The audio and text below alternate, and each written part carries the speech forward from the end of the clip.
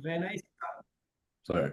when I started, just to give everybody a little bit of background about myself, I know some of you, I've met some of you, but my name is Abi. I don't know, Chad, all these people, everyone is part of Big Dog Group or some are not? I believe everybody here is part of Big Dog Group. Okay. The reason I asked because I just wanted to mention that I joined Big Dog last year, March, and I have a tech background. Like I worked for tech industry for 15 years. Then last year I quit that altogether and try to figure out what I'm going to do. So I quit around January for a couple of months. I tried different things. And then in March, I came across Big Dog Group and then joined it. And then I'm doing this full time. So when I joined, lot of learning for me. I never did this before. I bought few properties back in my country, but those were like buy and hold, and that's the only thing I knew at that point of time. So learning about wraps up to all these things were like, wow, this is even possible. And I think you all can relate to it, right? Many of these things that we learned here in Big Dog, I was not aware of it. So that's a context around my background. Coming back to your question, Chad. So when I started, obviously, when you start, you don't have that much of funds that you can put together team. You cannot have a lot of overhead when you are starting out because you need to keep your funds for marketing and all the operational expenses. Uh, One thing that I remember that Phil always said, like, or most of the coaches said, is once you get deal closed, obviously you will have funds to do more marketing. So your marketing should be able to generate your deals, and then once you close, you should have more funds to do more deals and build your team.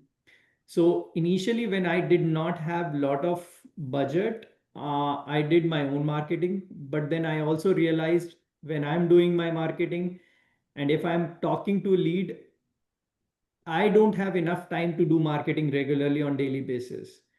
So when I was doing marketing, I tried different marketing channels. So I did door knocking, I did cold calling little bit, and then texting and driving for dollars.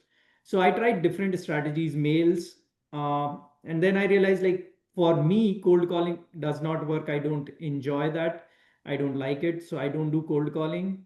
I realized door knocking is not scalable because I knocked doors during foreclosure, but then in Austin, these houses are very far off. Plus, they do not open as as I even if I knock 10, 12 doors, at the end of the day, I don't see like many people are talking to me. So there are few things that I realized are not working for me. The thing that worked for me was texting. So that's where I focused on. But then as I was doing or talking to leads, I realized like I am not able to do it consistently, so I need to hire someone. So I hired my first resource from India, from my country, and this person was known to me. So I made an arrangement, and the task that I had given her, it was like more I need to educate her on how to do these marketing, how to run the CRM, and how to conduct marketing every day. But that was my first resource, and I think I hired her back in May or June last year, May or June. So that was my first resource. So that resource was only to keep my marketing going if I am busy with deals or other things. So that was my first resource. Then we That's streamlined the process little bit. Again, I'm still not yet there with my processes, but we streamlined how we want to run the workflow, what kind of response we want to make. So that was my first resource. And then I ran with that resource until this year. Uh, we are in October. So until September, October, no, until August. So she's still with me. She does my marketing, but then I hired another resource, August, full time, who is going to talk to the leads as soon as we get a response. Because I realized if I'm traveling, And if I'm working on deals, I don't have even time to talk to the leads who are responding to my campaigns. And we get leads from Facebook. Nowadays we leverage Facebook marketing, so we get leads from there. So now I have two resources which I'm managing, and they're helping me out with this process. But still we are working on the process, like you said, Chad. It takes time to build the process and refine everything, which is fine. But in short run, you can at least get some help from these people and keep working on refinement of the process, and how your team should execute all the tasks on daily basis. So it's more of a process again. Since Yeah. we all are doing multiple things, it takes some time, but you go small portion at a time. So for example, for first month, I could not even talk to the person whom I hired, who should talk to the leads, because I had to travel to India for a month and I could not talk to them. But now I am back. So now we have our daily meetings where we are refining the process, refining the workflows, refining how we should talk to the leads, what kind of offers we can make. That makes sense. Do you guys have a lead scoring and follow-up system? So this is where I am still lacking. I do have follow-up system where I ask my lead manager to follow up with leads, and he is consistent in following up. Out of, let's say, 10-20 leads, we make an offer on a couple of them. But rest, we are trying to figure out how we can remove the others which are not useful to us, to remove it from the system, but keep those which we think are good leads, but we could not convert right now. So just get rid of the junk you don't want to waste your time on, right? Exactly, exactly. Right And on. I think this is one piece of advice that you can all use. I know initially, whenever a lead responds, we all think that's a big deal, right? Getting a response from a lead itself is a big deal when you're new in this. One thing I realized you can very quickly validate if lead is useful or not is go to Zillow or Redfin, check the value of the house, ask if they have mortgage.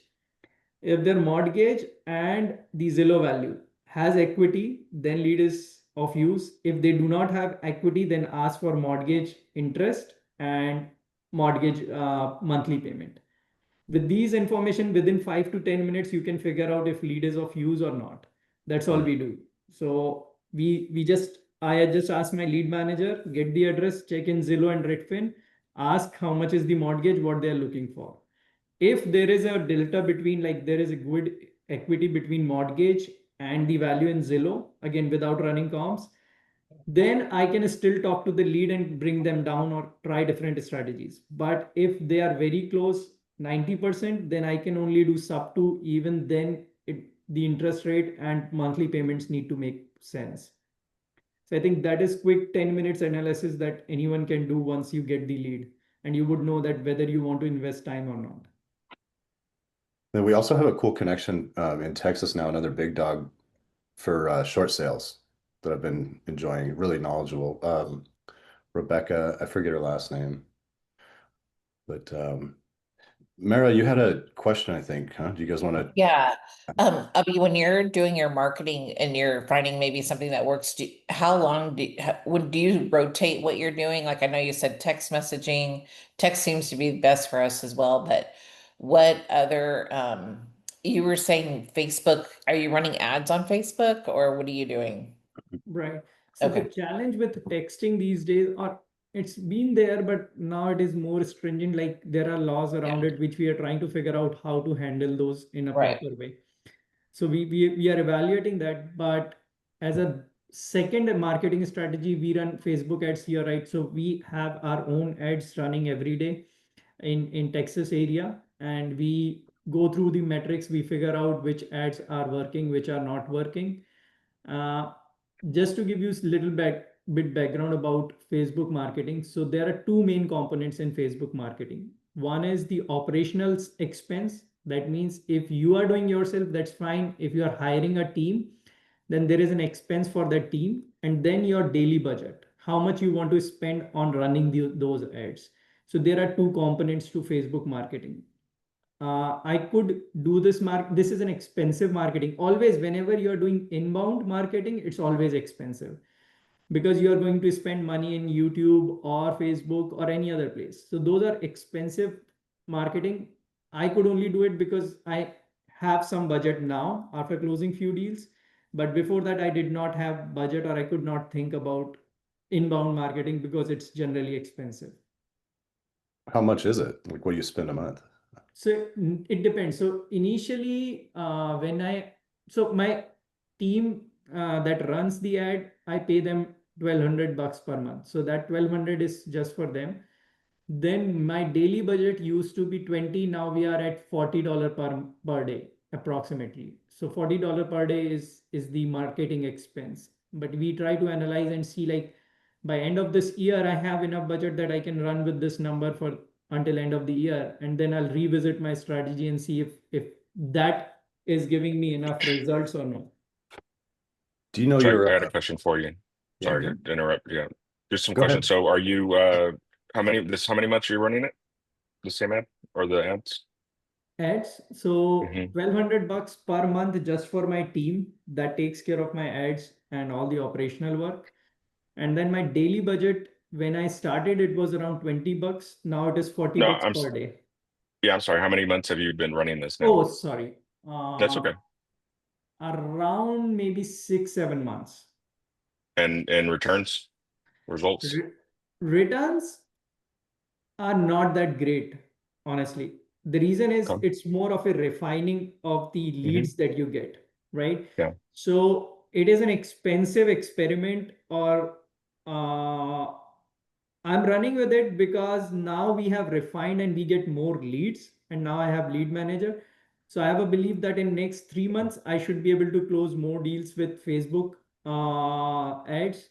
But as of now, it's not that impactful that I had thought. I'm just running it because I need to have two marketing strategies, and I still believe that inbound marketing is going to be a big part of my business, because with outbound there are a lot of restrictions that we need to face. Yeah. Okay. Yeah, that sounds about what I thought. Thank you. No worries. do you ever, besides paid ads on Facebook, do you ever direct message a foreclosure person? Just find their profile and shoot a message to them? No, not like I don't even look at it. Whatever leads come in, I just look at the metrics with my team every Monday or Tuesday, how our ads are doing. But I don't go to individual lead and message them on Facebook. That's not what we do, because our ads already appear in front of them, and when they submit the form, that's when we get the information. Before that, we don't search for a person by checking the like list, marketing list, and then reaching out to them on Facebook. I think that's little way too much for my comfort. So I don't do that. Plus I think it's little time intensive. Yeah. Well, something that I got a lot of value out of talking to you is a few months ago, we're hustling so much, we're working so much this year to try and get more deals. And you're like, just don't give up. Because I was in the same boat. And if you just keep pushing through, there's a bunch of money sitting there waiting for you, right? I like hearing that. Yeah, no. So that's fair. Like, there will any business you pick. That's what I realized. Any business. We are in this one and we think more because we paid so much to be part of the network, right? So that adds extra pressure to us. But if you think about it, as I started doing business, I realized like competition is everywhere. Even if you start loan mowing business, there is competition. You cannot get away from this. You can, if you leave this one and start a new one, what are the chances, or what is the guarantee that you will succeed in this? Where in this business there are people who are successful. So my approach is always like, what am I missing in my approach? Because I see there are a lot of successful people doing a lot of deals. There has to be something that I am missing. Now, one important factor that is different from different, like for different people.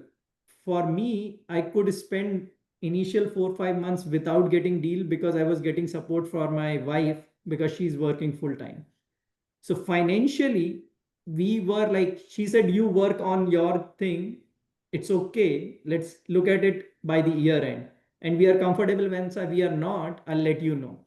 So that equation is very important, and it is very subjective from people to people. But if you are in that position, the thing that helped me out the most is I was putting a lot of pressure on myself to perform, to get deals. But when I released that pressure and thinking that I'll give my 100%, if deal needs to come, it will come to me, because there are certain deals that are just for me. I had that belief.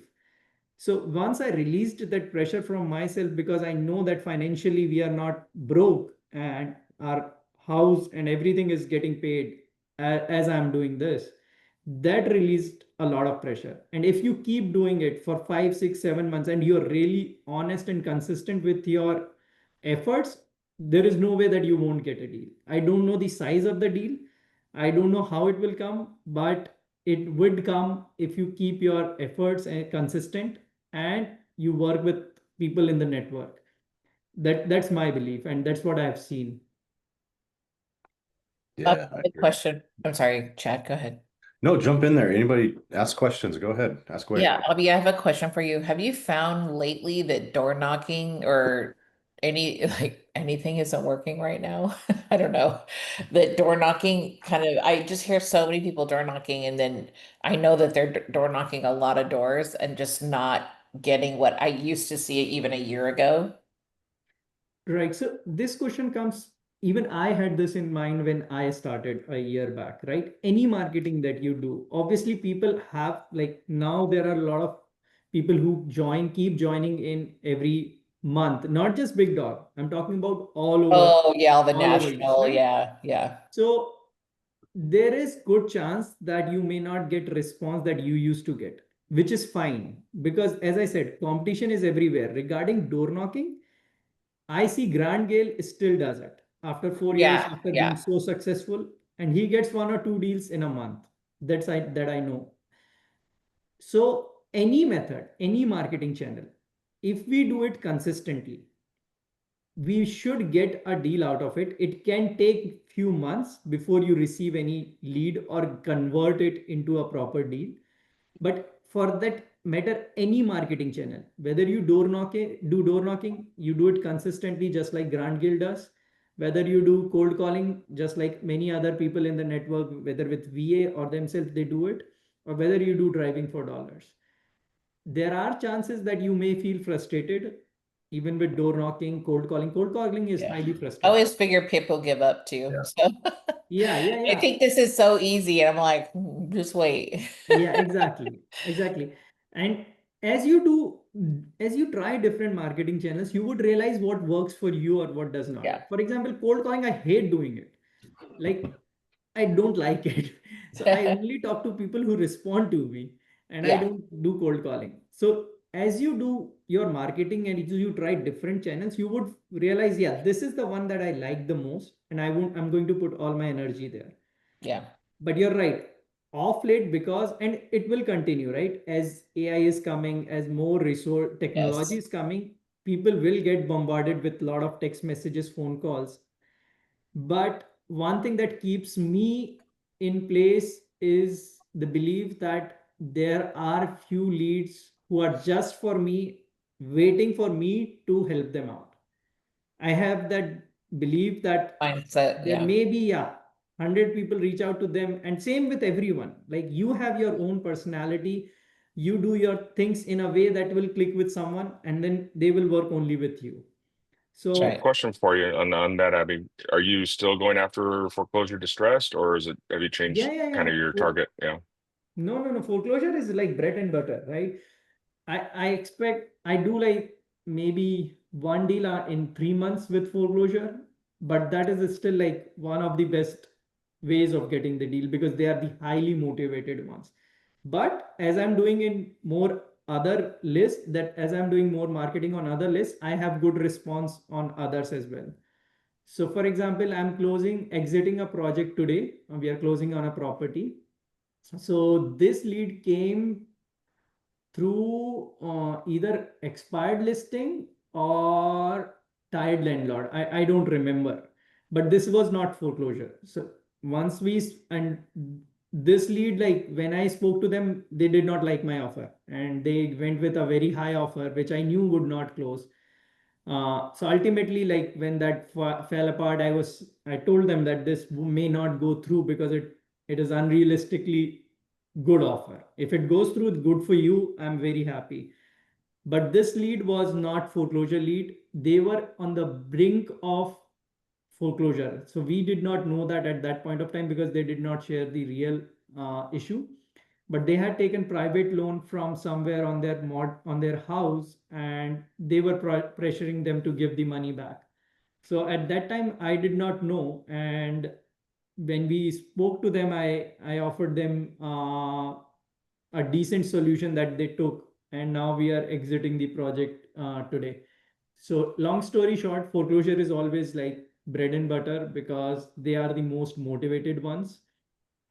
I'm expecting like one deal Yeah, in 3 months. 2 days before foreclosure. Just kidding. No, it happened with me. Yeah. It happened with And then me. So what about exit strategies? What are you doing for exit? Like wholesale? Are you fixing flipping? What do you? it depends, right?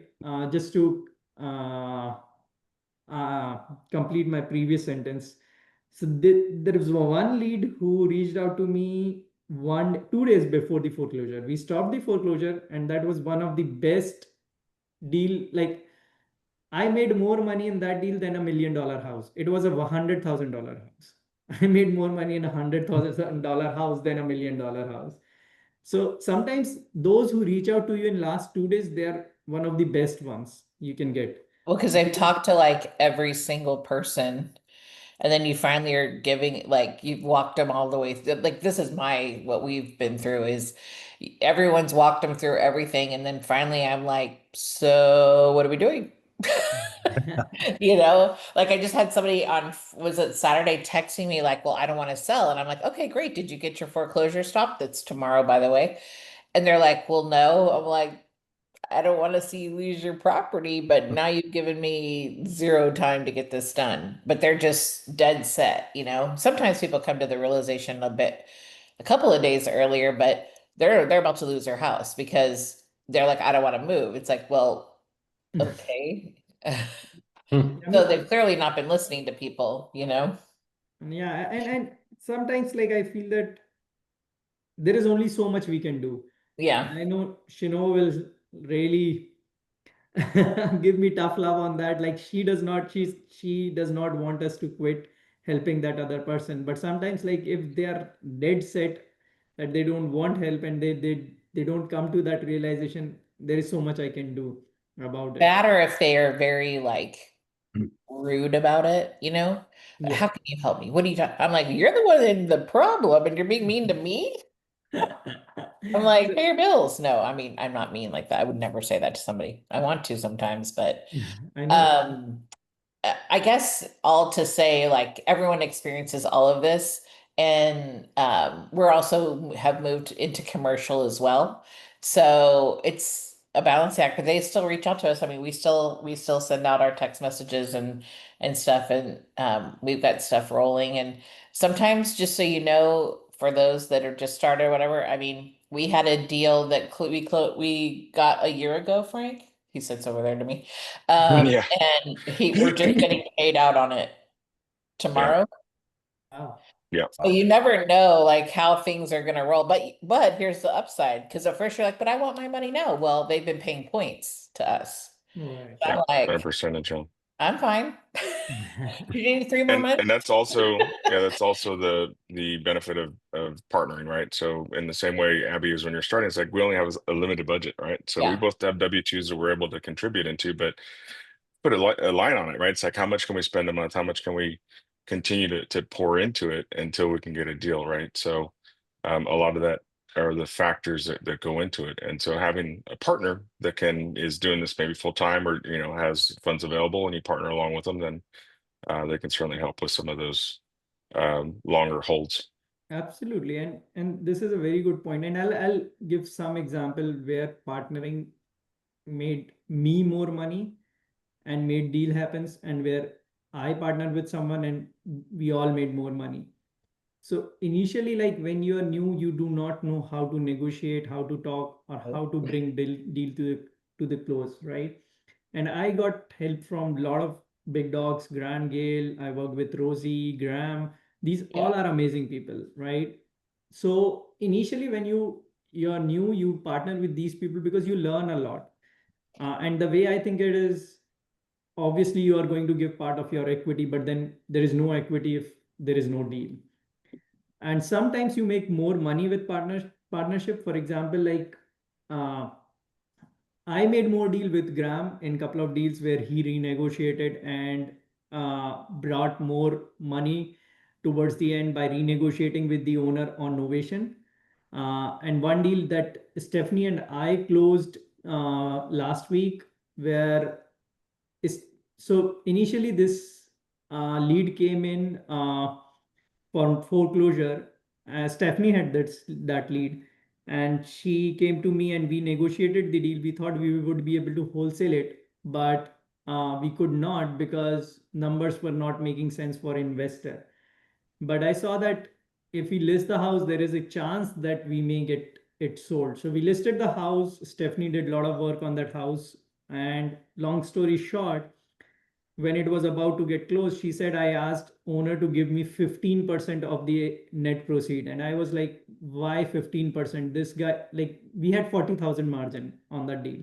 I was like, these people were not getting any money when we were wholesaling. They were just happy to get their name out of foreclosure. So why we are just taking 15%? Ask for 50%. So we renegotiated, we asked 50%, they agreed.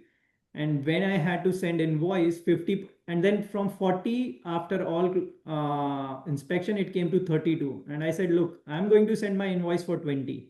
I'm not sending it for 16. So I sent it for 20, it got approved. So from 4,000, we reached to 20,000. So sometimes when you partner, you get more value out of it. A, you learn a lot. B, you get more money out in deals sometimes. Sometimes you obviously have to pay your equity to your partner. But yeah, partnering is a good way of learning, and sometimes you end up making more money. Yeah. Oh, this deal was definitely a very, very large deal, but we're happy with I mean, our partner had way more risk than we did, more cash out and stuff like Yeah, that. So absolutely. yeah, I And I can't think imagine not partnering. That would scare yeah, me.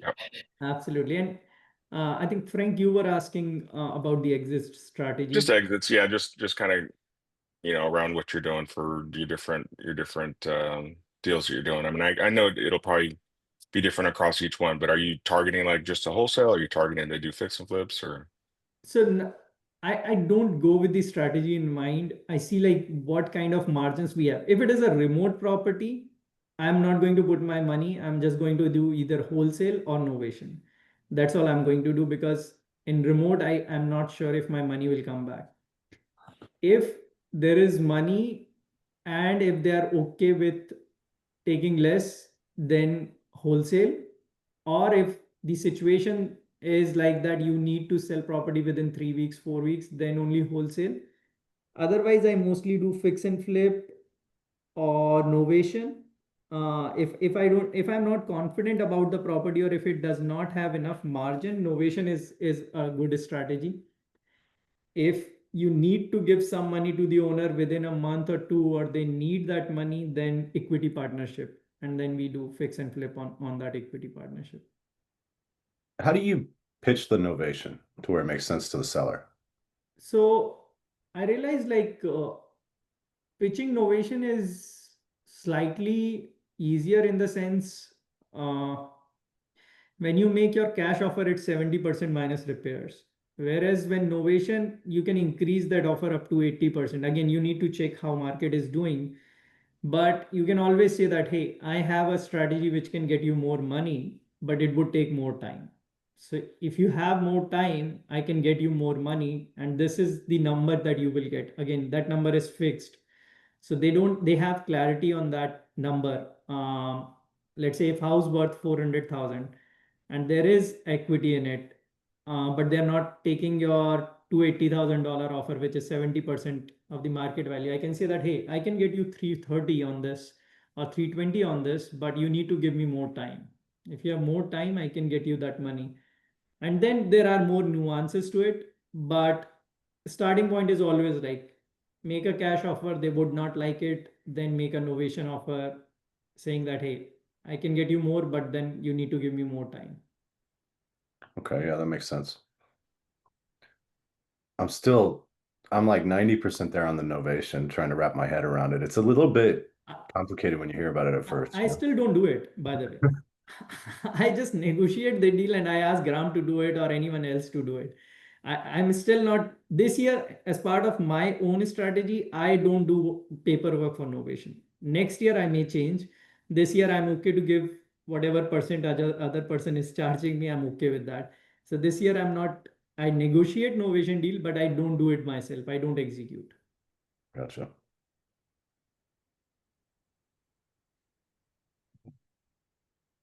Right. What other questions I can answer for you guys?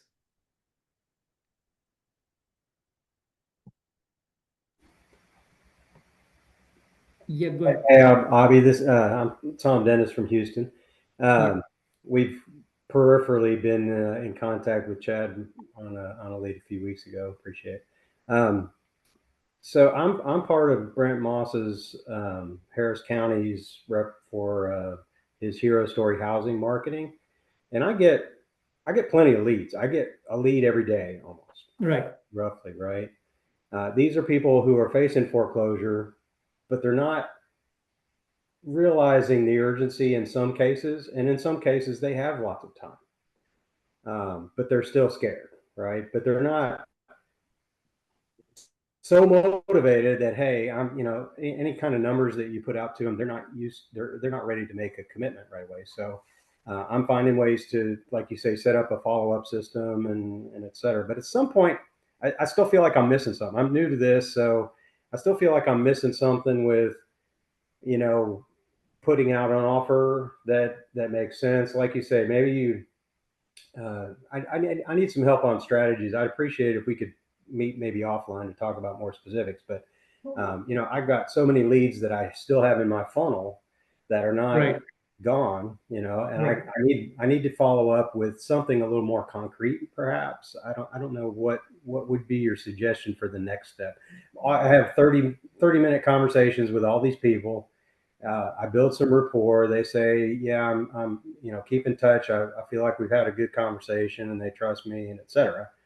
But then, keeping that dialogue going and getting a, more concrete, let's say proposal to them, maybe to the next step or something like that. Right. Got it. So in general, like there are two personality that exist. One is the investor who is very aggressive and pushy and they get things done. Yeah. There are people who can get the things done and they can get it under contract within a day by talking to them, by being little aggressive on their approach. Those kind of people get a lot of contracts, but they fall through also as much. People like me, I have a personality where I'm little laid back. I cannot be pushy. Right. So if you are one of those, the way I approach it is I try to understand everything from them, right? I understand the numbers. Numbers are important. Like obviously we want to help, but we also want to see the numbers. If numbers are tight, I always recommend them to go either for loan modification or file bankruptcy because I know that I'm not going to help them out or I cannot help them out. Mm-hmm. If numbers are good, that's where you need to work on the strategies and that's where you need to partner with people who can make offers early on and figure out the best way of doing it. So for example, if a person has ton of equity and they are set that no, I don't want to sell, I don't want to sell is like you can't do much, you just keep following up. Hey, did you find any solution? Your follow-up would be very simple. Hey, Yeah. we spoke at that time, you were exploring options, did you find anything? So every couple of days, 3 days, you can just have a casual message on the follow-up and see if they are responding. If they are interested towards the end, or at that point also they ask for your solutions. So obviously you need to understand if they are looking to sell or looking to save. If they're looking to save, your options should start with those strategies or options which are really saving them. Not really saving, nothing can save them unless they reinstate the loan. So saving means loan modification, bankruptcy, filing TR. These are some of the strategies. Apart from that, nothing can work. Once they get comfortable with that, you can always pitch your idea. Hey, I know you're exploring these options, but I have a lot of creative ways also to stop foreclosure, but that would involve selling of the property. Would you be interested in knowing those? So if you ask them and they would say, I don't think that they generally say no, but sometimes like people are in the mindset, no, I don't want to hear even about selling. So don't even discuss. And I'm okay with that. But then those who are saying that, yeah, let me know, let me think about it. And then you can pitch your solutions. But again, solution depends on the numbers. If deal is tight, again, 90%, 85%, but mortgage is really good, then you can still wholesale or take it subject to. If it has a lot of equity, you can always make a cash offer, equity partnership offer, or you can do novation. There are different things that you can do. Novation is a long term, so you may have to come up with the money. But when you are coming up with the money, that means you need to take the deed. Otherwise, there is no guarantee. So long story short, when you have so many leads, you need to have a follow-up system, a CRM system, or you maintain yourself in your sheet and say that I contacted this person, this is what I have spoken about. So you maintain those notes, and when they have good equity, you realize it's a good deal, they're looking to sell, then you can involve any partner in the network and work with them and see how they are talking. Again, nobody converts 100%. You talk to 100 leads, you convert 2 3 leads. That's fine. Nobody converts 100%. I worked with many people in the network. Nobody can convert 100%. Success rate is always pretty small, but that's fine. If you have numbers, it's a number game, as Phil says. If you're talking to 200 leads, converting 4, that's pretty good. So What was that again? 200 and converting 4? You said I'm that? just giving an example, random example. All right. It's not real. I'm saying, like, if those leads who want to talk to me or who want to do deal with me, I can I can now reach to a level where I am confident that I can come close to closing 10 or 8 out of 10. But it does not mean that I may make money or I'll exit out on time. It all depends on different factors. But those leads for you, Tom, these are like you're paying, I'm pretty sure you're paying a lot of money for this marketing. So those leads are good leads who want to find a solution. Always start with, like, what are you looking for? What is your best solution? You are want to save or sell. When they talk about save, do you have money to reinstate the loan? Do you think you can get this money from somewhere? Have you tried anything from your end? And once they realize that nothing is going to work out, then you pitch in your other solutions, wholesale, cash offer, closing in 2 weeks. So there are different ways you can handle. And early on, if you need help, you can partner with anyone in the network who can talk to the lead, and you will learn a lot from them. I learned a lot when Grant used to speak to a lead, Rosie used to speak to a lead, Graham used to speak to a lead. So I learned from a lot of these people. And same way, learning wise, it's same for everyone. When you learn or talk with someone, when you are in three-way call, you get to pick a lot of things. It doesn't matter whether deal closes or not, but you get to know, you are preparing yourself for become a person who can close themselves. I'll second that. This whole Yeah. time I've been thinking about, getting you on the phone or getting Grant on the phone and whatnot. And Tom, we're having a similar issue where we're talking to a ton of leads, having good conversations, but not converting them. And just when you get stuck or whatever, and hearing Abby or people push it through and help convert it like that, you learn so much every single time I've been on the phone with anybody, and it just helps your technique so much. Even with a couple phone calls, and you can just hit mute and then sit there and learn the whole time. It's great. Yeah, well, I'll be reaching out to you, Abby. I've got quite a few that have reached out up to a couple of months ago. Let's say I started this 3 months ago. Right.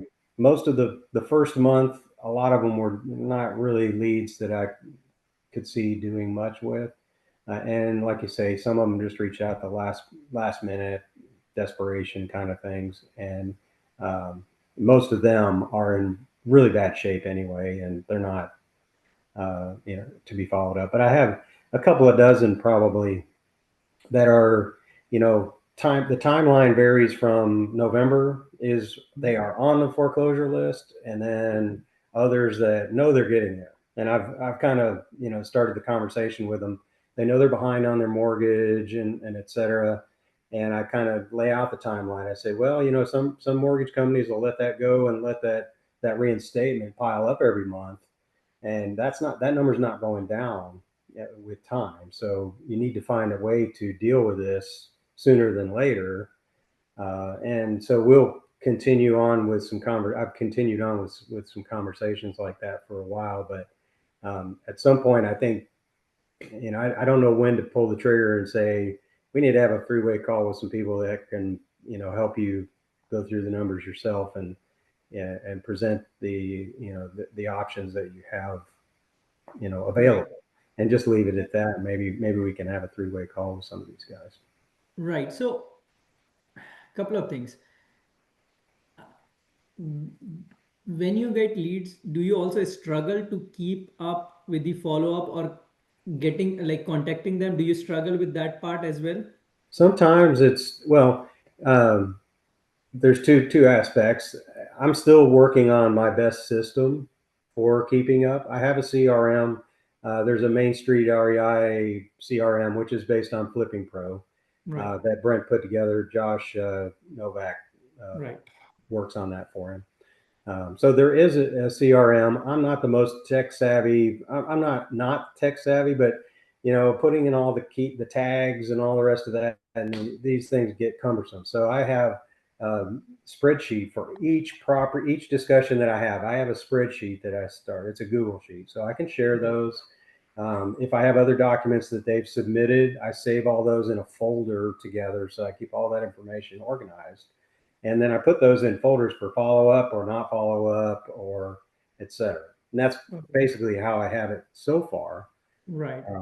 And so that part of it, I'm still experimenting with. Right. But there are some people who kind of ghost you after you've Right. had a discussion too. So, Yeah. the ones that are ghosting me, I'm kind of like, well, it's maybe still worth keeping up. But if they're not cooperative, it's less of a priority for me to spend time on them. Right. So I might start putting some of those into another folder that says potential but ghosting, kind of category. Right. And then maybe find another way to get back in touch with them. Maybe offer to come and visit in person with some of these, because these are all leads in Harris County, Houston area. Right. I'm in the far northeast side of Harris County, so some of these leads are more than an hour away from me. That's okay. I mean, I can still go see them and whatever if they're Yeah. willing to talk. But yeah, you don't have to per se like, for example, I do marketing all over Texas, so I don't go everywhere unless I Yeah. feel like it's important for me to go. But Yeah. coming back to your first challenge, so you are pretty organized in that regards. You just need to learn how to use CRM. That's all you need to do. Yeah. Because that's the purpose of CRM, so that it can automate few things. If you want, I can ask my VA who is now good at CRM. She can help you out in organizing things. That's not an issue. So once you get organized, because you are doing everything that needs to be done, it just need to be done on the system, so that whenever you go, you can click on that lead and you can see all your history. What you're doing, I'm not that good at in doing that. So Yeah. kudos to you, the way you are maintaining everything. It's just you don't know how to use system, and that's easy part to figure out. You don't need to be tech savvy that much. So that is one part. Second part is where you are asking like when to involve a partner. As soon as you see that this deal is good, this lead is good, you can always say that, hey, I am proposing few solutions, but there is one more person, or there are a couple of other people who are really good at it, who have been doing it for a long time. Let me connect you with them, and they might have an option that I do not know, or they have been working with a lot of people for a few years. They generally come up with the innovative idea that I may not be aware of. So Right. would you like to connect with them? And Right. then you can get them connected, or you can have a 3-way call with that person and the lead. And then if lead is good, either it will convert or it will stay in the follow-up. Okay. I've also used well, we're going to need to talk to underwriting to make it sound like you're part of Yeah. a different department, right? So we need to pass this on to underwriting and they'll take care of this. And you kind of sound more credible that way.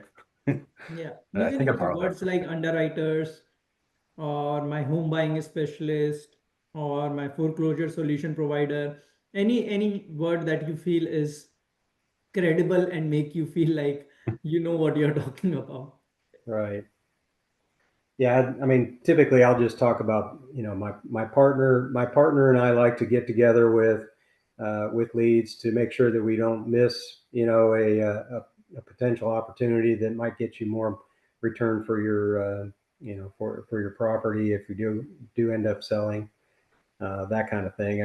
If you just, I think, mention you have partners that you work with that deal with this kind of thing as well, and having more minds on it is usually a good Yeah, thing, right? exactly. So whichever way you spin, right? And as you speak to them more and more, you will realize which one is working best for you and Yeah, which one is getting better response.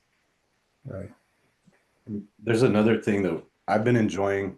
Jen and I are working on the exercises in this book, Mm. and it's all, this guy's a marketing genius. So it's how to make yourself stand out and really dig through what the customer's needs are and play to those. So I've really enjoyed what we've found in here so far.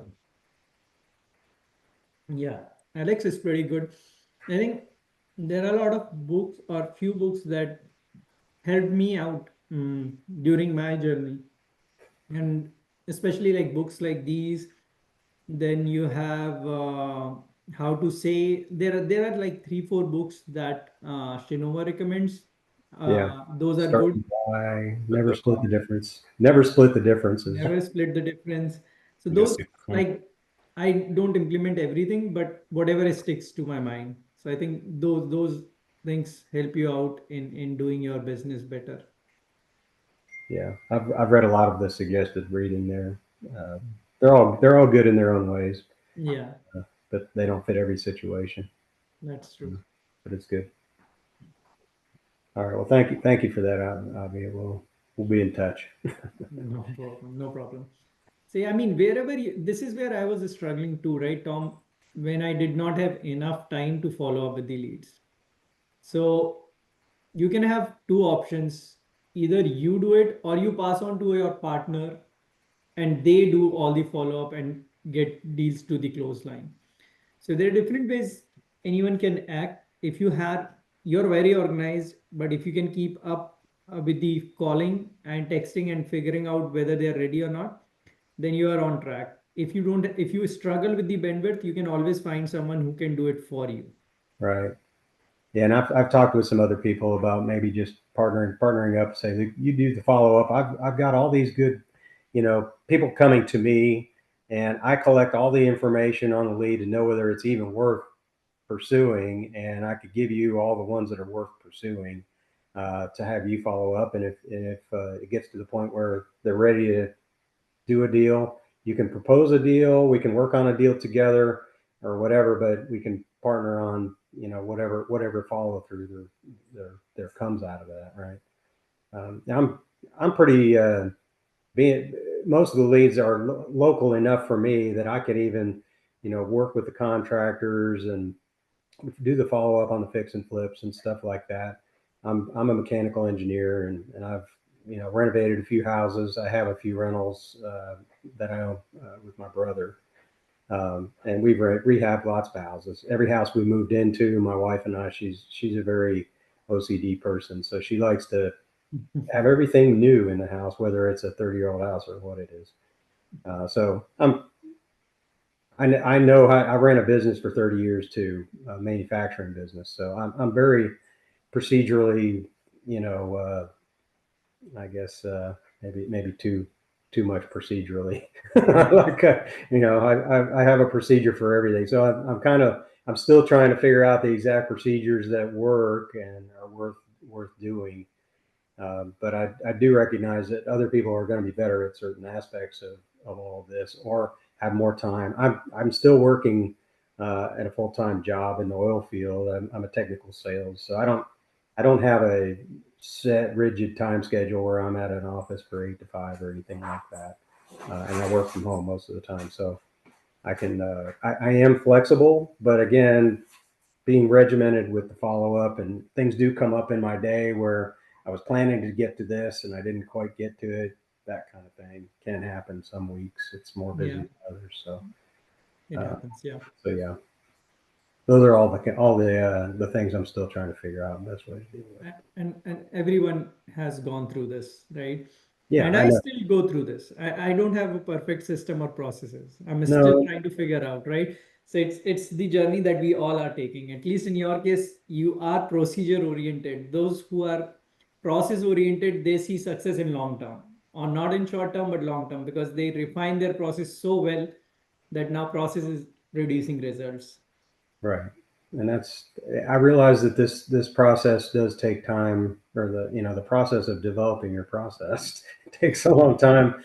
And Awesome. frankly, I am paying a lot every month for the marketing. So, my wife is like, man, when are we going to get any money back for any of this? And, I all know. this, well, I believe that we will. It's just a matter of the time that it takes. And, we do have a good income. She's a realtor also. So we're hoping that some of these we can do. She can make some money on the back end, just doing the Yeah. sales and that kind of thing too. Yeah. But it's it's not something that we have thrown all our eggs into this basket, where we have to sink or swim tomorrow kind of thing.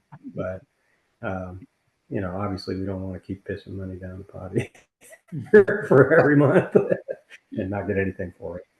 If you So, want to brainstorm too, we're in a similar boat, I think, so I can tell Yeah. you what we've started doing over the last few weeks that's helping us get, pushing more towards conversions and being able to send out more contracts. If you want to brainstorm Right. on that, I'd love to do Right. that. Yeah, I'll reach out with y'all too. Cool. That's yeah, that's something we definitely, I think that's a part of it, is just seeing even a deal go from start to finish. I'm at the start part, but getting it through and getting it closed, just watching that process. And there's 5 different kinds or 10 different kinds of ways that contracts can go through that whole process, and seeing each one of them kind of go through. Uh, Once I see something happen one time, I feel pretty confident. I'm going to know, okay, yeah, okay, this is the key to get this kind of thing to go, or this is the thing to watch on this kind of a deal, or let's, whatever. Those are all things that I feel like I'll pick up pretty quick once we get, some of this going through. But start to finish, you got to get one through. Keep getting better every week, right? As long as you keep doing that. Yeah. All right. Well, thank you for that. We can talk again offline. Abby, if you don't mind, can you send your cell number, or I can get it from chat, I guess. Yeah, Yeah. I'm putting it on the chat. You can Okay, save good. it from there. Make sure I can send an email out to everybody too. So let me make sure I got the same 717. Yeah, I got that. So I'll circulate that number if that's okay. Yeah, that's fine. Abby, where are you located at? Are you in Dallas or Austin? Austin. You're in Austin, right? Yeah. That's what I thought. And Chad, you're in Dallas, and I'm in Houston, so we have the triangle covered. Oh yeah, yeah.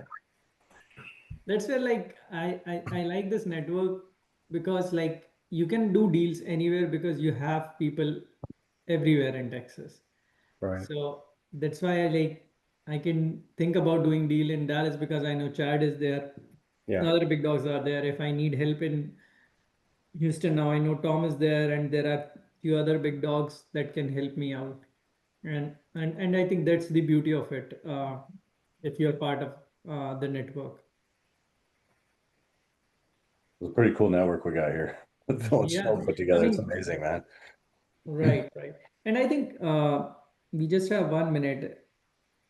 I don't know how much you guys will relate to this, but I believe like getting deal and getting making money from the deal is obviously a biggest part of it, but I also realized some other benefits that I got to be part of the network. For example, I did not know about investing in oil and gas, SDIRA, or commercial properties that I know now. So although Yeah. like we don't put that much weightage in these and we stick to the deals because that is how you need to make money, but I realized like I learned a lot of these things as well apart from doing deals. And obviously a lot of things, mindset has changed a lot when I joined, started doing business full time. And you listen to different people, Phil, Shinova, other people in the group, your mindset also changes for life, not just for this small part of it. Right. Yeah. I feel like this group is based on good people working with other good people, and I think that's important to me. I don't, there's a lot of people in this business that are, they'll kill their grandmother for a nickel, and that kind of thing is just uh, yeah. I've encountered enough people in the oil field. Uh, I've encountered more good people than bad for sure. But I don't want to deal with bad people. I know enough that that's the main my main objective is I'm I've got several more decades hopefully left on this planet, but I don't want to spend them with people who are not good to be around and good people. So that I felt like was the biggest selling point with this is I haven't met anybody in this group that I wouldn't trust to do business with. So that's a good thing for sure. See, I like they're ethical, and they teach that. But one of the things I've had success with, it's almost like a challenge, is when you get a seller that's mad, and then you do a summary, or say sounds like you've been bombarded with vultures or something like that, and it's usually Yeah, successful. yeah, Like that's how you can get them to start to open up and build yeah, business. yeah. And some of these people really have been bombarded by all kinds of people coming at them. The one, thankfully though, the people I talk to